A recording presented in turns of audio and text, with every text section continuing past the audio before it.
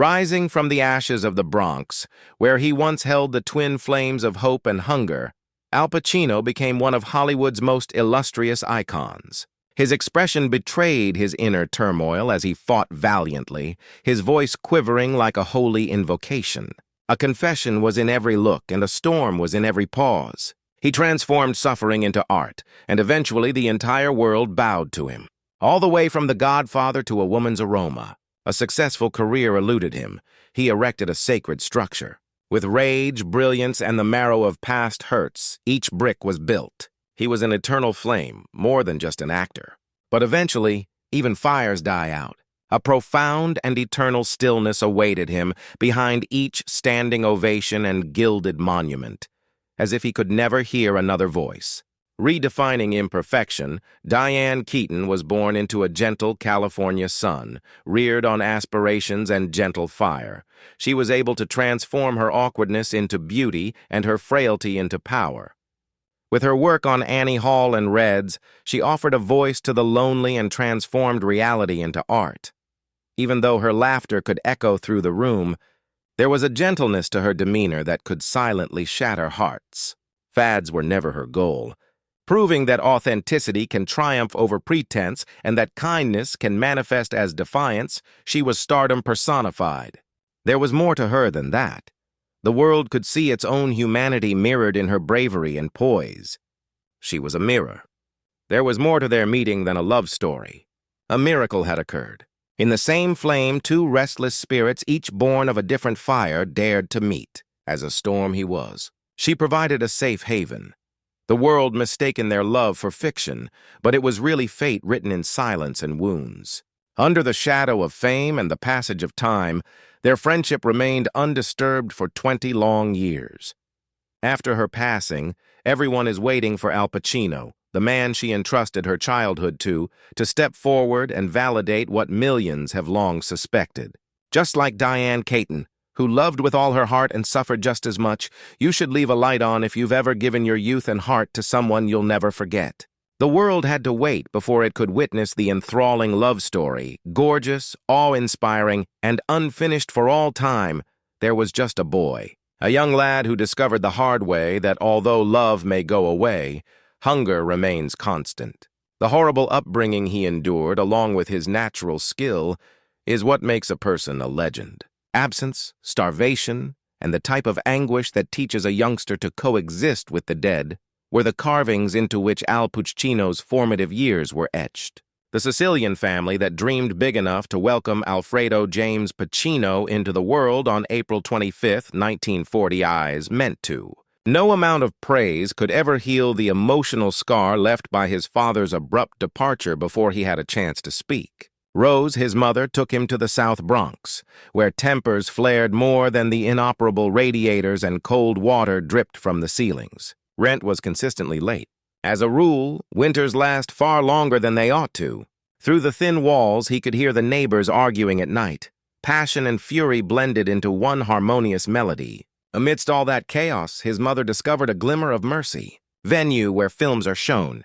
There, amid the haze of popcorn and wet wool, the screen's shadows were friendlier than those back home. A vulnerable youngster discovered in that shadow that stories may transform isolation into language.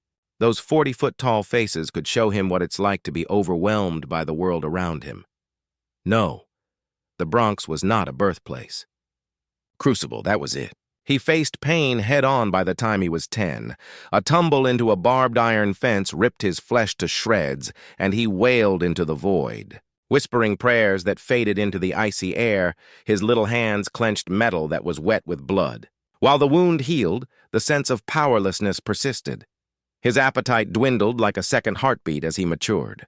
He would chew gently to make the bread soak in milk last longer for other nights' dinners.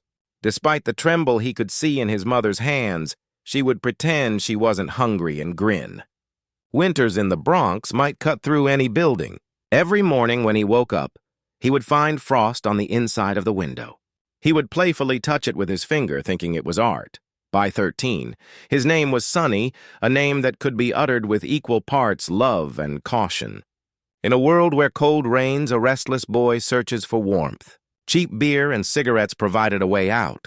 but with each puff came a pang of shame. Rebellion had supplanted direction by the age of 15. He confused rebellion with independence, slammed doors, and missed lessons. "I might not have survived if I hadn't acted," he would admit afterwards. Furthermore, despite the line between staying alive and giving up was razor thin, which he was already aware of, he ditched school and headed straight for street hunger at the age of 17, following one final altercation with Rose. In exchange for cash, he washed windshields, carried others' groceries, and slept under windows that let light into other people's lives. As the hours passed, he found himself alone with the night and the morning. Tragically, 3 of his closest companions, young men who had formerly shared his joy, his pangs, and his borrowed cigs, died dependents prior to reaching the age of 21. Despite the magnitude of their absence, their burials were modest. Like specters sewn into his ribs, Pacino bore them, constant reminders that he may have been the one. "Drunkenness, drugs!" Once, in a murmur that was more evidence of survival than confession, he admitted that he likely would have perished if acting hadn't saved him. He didn't get renowned by acting, it ensured his survival. The man he would become was shaped by each chilly night, bottle, and bruise. While he had learned brutality in the Bronx, he had also learned honesty, and that reality turned out to be his weapon. Michael Corleone's dreadful quiet, Frank Slade's wounded thunder, and the haunted elegance that elevated suffering to a sacred status. Seeing Alpaccino exclusively in order to shed his past self, as the story goes, the young man who discovered the power of transformation, from starvation to resilience, from tragedy to inspiration, and transformation again. He was wounded by the streets, but they were also the source of his spirit. And it was from that spirit, hardened by fire and ice, that he created the light that illuminates the globe even now. Diane Keaton's formative years were defined by quiet, in contrast to Alpaccino's characterized by starvation and survival. The pain was almost concealed by the calm silence. She lived in a world where discipline was paramount, in contrast to his chaotic existence. Despite this, they were both taught the same harsh lesson as children. In the absence of love, a life might be irrevocably shaped. What a tragic start to life for a woman who brought so much joy into the world. It breaks my heart to think about it. Raised in the shadow of Hollywood, a city fixated on perfection, she was born on January 5, 1946, under the gentle light of Los Angeles skies, hidden their emotions because they were a weakness. The good guy and modestly proud father of her daughter, Jack Hall, did his best to build both bridges and walls. Dorothy Diane Keaton Hall, who was Mrs. Los Angeles 1955 and carried the torch of an unfulfilled dream, was her mother. The longed-for ovation was drowned out by the hum of housework, and the stage lights were replaced by the yellow flicker of the kitchen lamp. Within their neat home, all appeared to be in order. At supper, 4 kids stood in a row. Expressions of joy and contentment kept hidden. But under the surface of everyday life, there was a crushing quiet that made even love sound like a constraint. We were never one to discuss our emotions when I was growing up. In retrospect, Diane would admit it. We were merely a part of them. Such phrase had not. The results amounted to a cardiac autopsy. Without tragedy, but with monotony, she saw her mother's light go out as she grew up. Suffocation crept into Dorothy's existence. Polite humor covers the pain of a dream that was postponed. Dishes, schedules, and all that. At 9 o'clock in the morning, Diane stood at the kitchen doorway and watched as her mother smiled at nothing while drying her hands. This life of my mom was a cautionary tale, not a road plan. In her memoirs, then again, she would subsequently pen the words. Despite this awareness, she remained pliable. She was enthralled. Diane practiced her escape while the other girls planned their futures as wives. She refrained from making a fuss in a constant wave. Her instructors referred to her as difficult to manage. Strange whispers came from classmates. She was already learning that being silent is a form of protection and that being different is a path to her destiny as she was forging an identity for herself via disobedience. When no one else will listen, you must become their echo, she told me when I was young. In high school, in front of a borrowed stage's shaky light, she found salvation. Her voice quivered with life as Blanche Dubois. Plus, it was the first time she felt noticed. The quiet ended that night, she recalled afterwards. Performing wasn't a way out. The supernatural intervention was an exorcism. She left California behind when she was 20 years old, packing her entire life into a single suitcase. She had a notebook, 2 clothes, and a name that would become legendary. Keaton, her mother's maiden name, became her new surname once she relinquished Hall. Embedded in love is a rebellion. The mention of Miss Keaton always brings back memories of my mother, she said once, as if attempting to bring her back to life. Artist as mother. She lived on coffee, faith, and obstinate grace, while she walked miles between New York City auditions and inexpensive rented rooms where she studied at the neighborhood playhouse. The drowned little girl, while being silent, became the voice that taught people to pay attention. She made tangible the truths that had been buried in her mother's long-lost fantasies. Generating permission to feel, talk, and be seen was bestowed upon her by her voice, which was trembling, courageous, and fearless. Somewhere in the nation, another spirit was learning to channel fire into strength, just as Diane Keaton was learning to channel silence into strength. In contrast to her subdued disobedience, his was a rumble. A fire that would not go out burned brightly from the ashes of his youth. That spark that would one day ignite the lights of Hollywood. He was no stranger to the trials and tribulations of a troubled adolescence. However, merely surviving was never sufficient. A fantasy that made fun of Alpaccino's poverty was the only thing that kept him going. It is said that a young man hailing from people in the South Bronx who are cold and have little money could use their pain to create art. Performance wasn't an illusion. O2 was the gas. Sleep, warmth, and the opportunity to belong were all exchanged for that breath. Waiting tables till his fingers gave out became a whirl of labor. He had to wear wet shoes as he carried messages through deep snow, working with bleach on the floors till it irritated his lungs. Even though he ate frequently, his hands were chilly. When the subways stopped running at night, he would sneak into dimly lit cinemas and huddle up in the rear row, watching long-forgotten flickers. He used the popcorn as a pillow and the projector's buzz as lullaby music. The ushers would find him at first light, but he would act as if he had just arrived early for the first showing. The street would occasionally serve as his bed when the theater was at capacity. Rats scurrying nearby served as a stark reminder that he was still alive, while concrete eating through his coat. Still, giving in felt as icy as the winter wind even at that late hour. The following morning, he would get up, shivering but unhurt, and travel the kilometers to HB Studio. Nearby, Charles Elton shared with him an unheard-of revelation. It was possible to give shape to the disorder within him. Afterwards, when working with Lee Strasberg at the Actors Studio, he realized that pain might be used as a weapon. It is possible to turn loneliness into truth.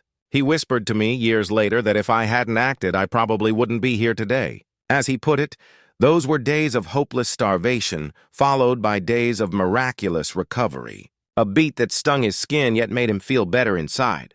Shakespeare was now being recited by daylight by the 22-year-old who had hitherto napped in dark theaters. Huge, shivering, unstoppable.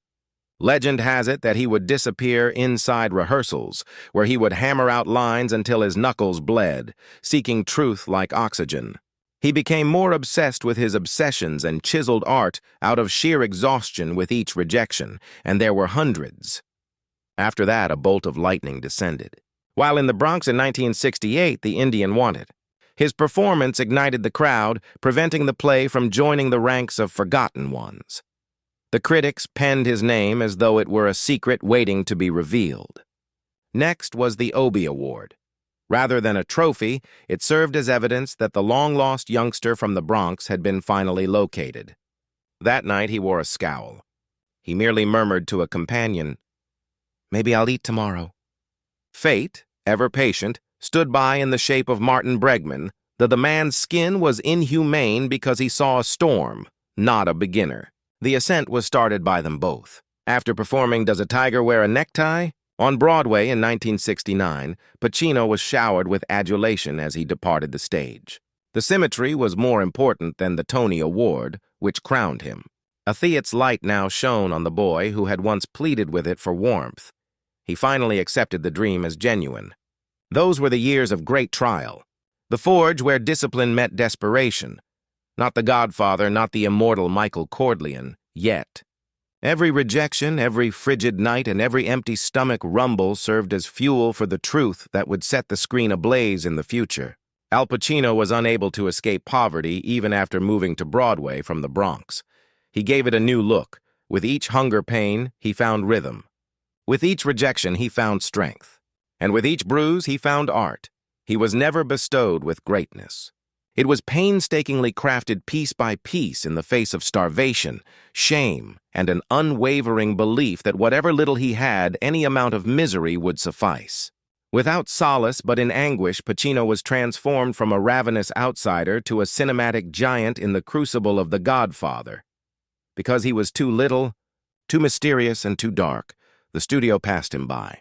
They preferred a more marketable candidate. While everyone else failed to notice, Francis Ford Coppola, who was barely hanging on to his job, did. In the stillness lurks a volcano. One wrong move and I would vanish, Pacino recalled afterwards, his voice betraying the dread he felt at the time. On a single scene, Coppola staked everything: assassination at a restaurant. Filmed early on, frantically trying to demonstrate that his faith wasn't a fraud. Pacino sat motionless under the dim glow of the fluorescent lights, his eyes vacant and his breath short as he transformed into the monster he had vowed never to be. Hollywood came to a halt as soon as he discharged the weapon. His silence was more deafening than the sound of gunshots. His self-control dispelled any uncertainty. He stumbled as the action came to a close, far away, with a ripped knee and tendons writhing in agony that could only be managed with injections and sheer determination. But a myth was shrouded in that anguish. The subsequent ovation was thunderous. For Pacino, though, it was more of a struggle for existence than triumph. He flat-out declined to attend the Oscars when he saw that the Academy had classified him as a supporting actor rather than a lead.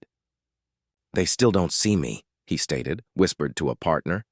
Victory was witnessed by all. Pacino experienced the isolation of being validated prematurely. In the midst of the smoky atmosphere and bright lights of the studio, he crossed paths with Diane Keaton on that very set. Diane brought light and humor to the set, breaking the ice between takes by gently nudging him out of his shell. And for the first time, he grinned naturally. Little did anyone know, but the Godfather had brought into this world two legends and a love that would follow them both forever. Then came Serpico in 1973. In order to play the role of a man fighting corruption, Pacino stripped himself naked. He later confessed that he was haunted by the loneliness he felt while filming, refusing to sleep, refusing comfort, and carrying Frank Serpico's paranoia long after the fact. Filmmakers froze. Viewers witnessed his moral fortitude. In reality, he was burdened with silence and exhaustion. For every victory, there was a night when he remained awake, questioning whether being honest was worth the pain. After 10 years, Scarface dealt him another blow. Tony Montana, consumed by wrath and hunger, reflected the shadows from which Pacino had long sought solace. "It frightened me," he confessed, "because I saw so much of myself in him." A prop explosion burned his hand, and the criticism burned his spirit. They branded the film as offensive, disgusting, and a decline in quality. He withdrew, nursing wounds that the headlines couldn't see. However, time, that cruel critic, transformed their scorn into admiration. Scarface arose once more, this time as a cultural anthem, its wrath everlasting. Pacino remained silent, having learnt the hard way that immortality comes at a cost and that every scar is a receipt. In 1992, Destiny completed its circle with Scent of a Woman, and Pacino played the part to perfection. Walking the sets blind, learning to move with sound, instinct, and faith. He claimed he wanted to know the world as it was. The performance resounded with authenticity and won him the Oscar he had been denied for decades. Despite the statue shining, Pacino felt empty from carrying the pain of others so they could believe. This wasn't victory, but rather transcendence bought with solitude. He stopped chasing fame in the mid-1990s. His search for meaning led him to 1996, a book that was equal parts confession and resurrection, a love letter to Shakespeare and the art that had saved him. After 4 years, he chose Chinese coffee for its authenticity rather than its prestige. In In the same year, he took on the role of co-president at the Actors Studio, a haven that had protected a lost boy from the cold Bronx nights. The boy who had slept in theaters was now theirs. Mentor. His students will never forget him as a star, but as a man still fighting for his life. He taught them that acting is living truthfully under imaginary circumstances. Pacino had lived by that creed and died for it. His story was never gentle. It was fracture and fire, survival and transfiguration. From The Godfather to Scent of a Woman, from rejection to ovation, it was never gentle. To watch him was to witness a man forging light out of wounds. Just as Alpaccino was learning that greatness could be lonely, Diane Keaton was discovering that gentleness could be power. It's proof that greatness is not what you win, but what you endure. And even after conquering the world, he didn't guard fame. He guarded the flame, the same one Diane had seen flickering behind his silence. And it would continue to burn for her long after the cameras stopped rolling. Diane Keaton, barely 20 years old, stepped off a Greyhound bus in 1966 with a solitary suitcase, 2 battered scripts, and the shaky bravery of someone hell-bent on staying put in the midst of the raging mayhem of New York City. Neither of them knew it yet, but every role, every tragedy, every subtle victory was guiding them toward each other. She slept in her coat. Her breath fogged the window as snow pressed against it, and the first gust of wind hit her like truth, sharp, merciless, and indifferent. Her Upper West Side apartment had peeling wallpaper and a radiator that coughed more than heated. The city glittered outside, but inside the apartment, silence pressed harder, and she learned quickly that New York as is was no illusion. It was an icy ordeal, and here staying alive wasn't a matter of chance. It was art. The dawn's pale light washed over the world as she waited in line for auditions in rooms reeking of old coffee, and her optimism quickly faded. She was too tall, too odd, and definitely not the type. Nightfalls found her singing in dank basements where the air tasted like ash, her voice quivering above the clatter of coins in a glass jar. On the coldest nights, she would walk to stay warm, her shoes soaked and her pride frailer than her coat. The words hurt more than the cold. By noon, she had found work as a waitress, smiling at strangers who never gave her the cold shoulder, laughing through hunger. She shared a sandwich with another Playhouse girl and reflected on the absurdity of still believing in anything. The radiator coughed instead of warming, as she would later write, but she stayed because fear was her engine. Fear sustained her through weeks of hunger and months of rejection. Tea and half a slice of bread were dinner. Pawned shoes were used to pay rent, and she skipped underground fares. During the power outage, she penned her notes by candlelight, quietly telling herself, "Not yet." She would say the city was so loud that she would put her palms to the cold window at night in order to feel anything tangible. I had never felt so unheard before, yet there was a tenacious fire glowing beneath that silence, the sacred hunger that would nourish her creativity in the future. After 2 years of cold and terror, 1968 rolled around and the audition call came, Hair. A Broadway revival was looking for an unfiltered, authentic performer. So she went in barefoot, nervous but alive. The director remained silent, then commanded, "Don't change a thing." The next night, she stood barefoot under the spotlights of the stage, her heart racing faster than the drums. The stillness within her finally burst forth into song. "I built myself out of fear," she would later confess. Fear was the bedrock. Every no had honed her bravery. Every cold night had strengthened her faith. Long before she won Oscars, received accolades, or was hailed as an extraordinary woman, there was only this: a young woman trudging through snow with empty pockets and an unquenchable fire that the cold could never extinguish. And so her legend began. Diane Keaton's life was once shrouded in silence, but by the 1970s, the snow of New York had transformed into a spotlight. The applause that accompanied the release of The Godfather in 1972 brought about a sea change.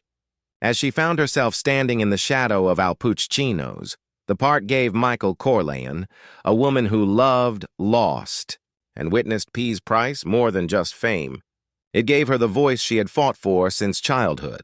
Then, in 1977, she landed Annie Hall, the role that would define her in an era, the one with the awkward laugh, the androgynous charm, the courageous honesty.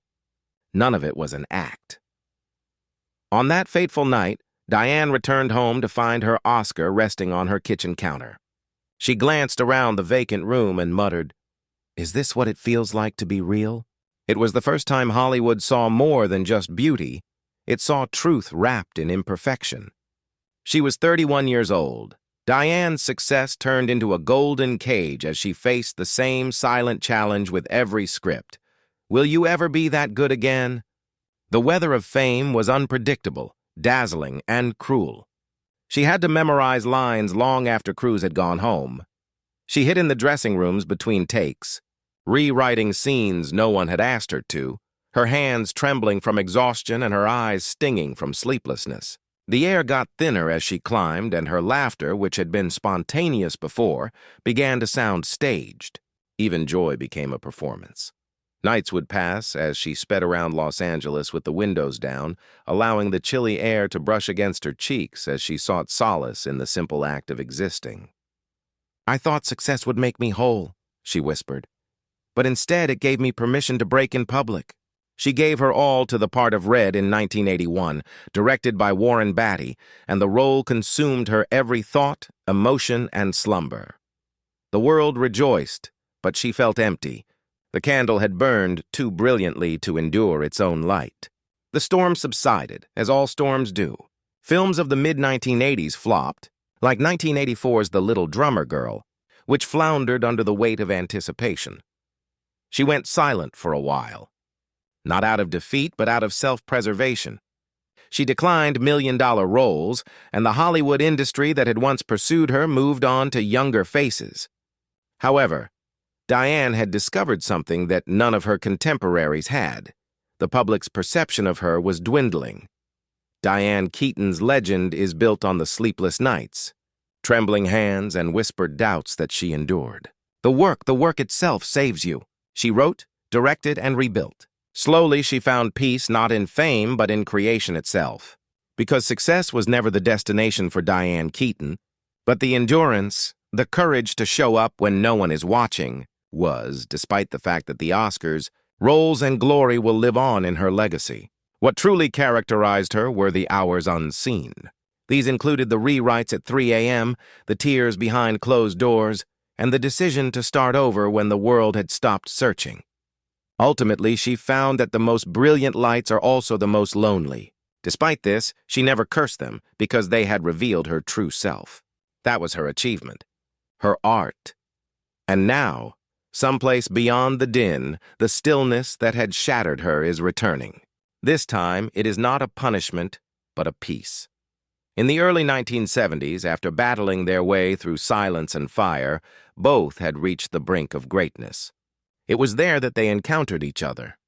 The world was unaware of the impending storm in 1971. In a New York soundstage, dimly lit and filled with the odor of dust and film reels. Two young actors, one radiant and the other restless, were waiting for their turn. Neither was known to them yet. Their first meeting was marked by an unspoken shift. Not fireworks, but recognition, like two exiles realizing they'd been walking hand in hand. He was Alpaccino, a lanky Bronx boy with eyes that carried the weight of too many winters. Diane Keaton, on the other hand, was a California dream wrapped in linen and sunshine. Her laughter was the only sound that seemed to disturb the tranquil atmosphere. The way she smiled, hesitant, curious, and endlessly kind, felt too real. Diane, watching him struggle for words between takes, saw not a co-star, but a man who wore his solitude like armor. Later she would say, "There was something so sad in him. They were supposed to be living their lives together. Al was supposed to play Michael Corleo, a man learning how to bury his heart. My goal was to gain his amusement. He was fire, wild and unbridled. She was quiet, brilliant, and patient. They harmonized like music and breath as she teased him between scenes, calling him Sonny in that gentle, teasing lilt. Suddenly, the boy who seldom smiled started to. They were polar opposites meant to clash. Interspersed with the hum of New York traffic, they shared sandwiches on the curb between takes. She spoke of her mother and the pageants of home life, while he told her of the Bronx and hunger, as well as the nights he'd slept in theaters because dreams were cheaper than rent. The director then called action. However, the true magic occurred when the cameras weren't rolling.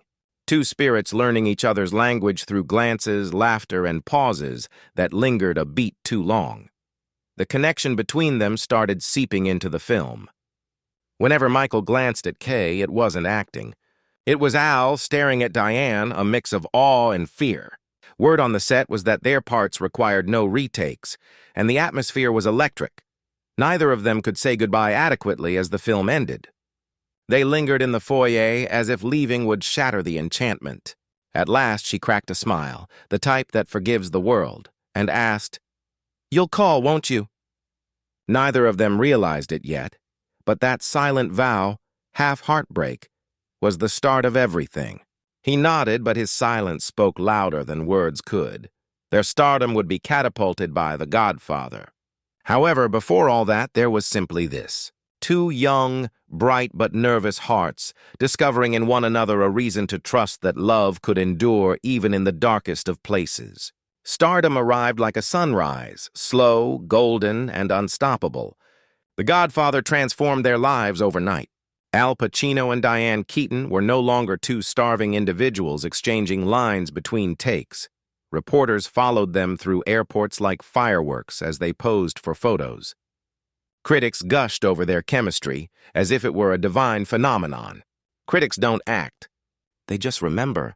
However, beneath all that commotion, a more subtle process was at work. Two tired souls seeking solace in each other. As if the cosmos had orchestrated their meeting, their romance sent shockwaves through Hollywood. And fans wrote letters that were addressed to the concept rather than the actors. Many believed that their love restored faith in cinema's fantastical possibilities, and when word of their relationship spread, the world was captivated.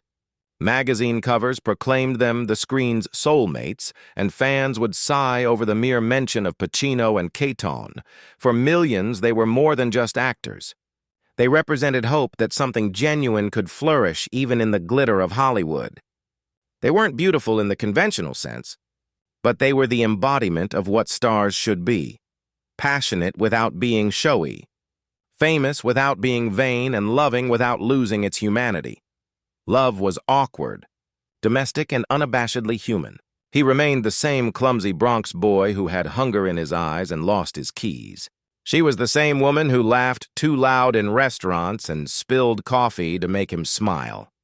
At dusk, they would wander through Central Park holding paper cups of coffee, their hands trembling as if afraid to hold too tightly. "We could disappear right now," she would tease, and he would smile. The city lights glinting in his eyes.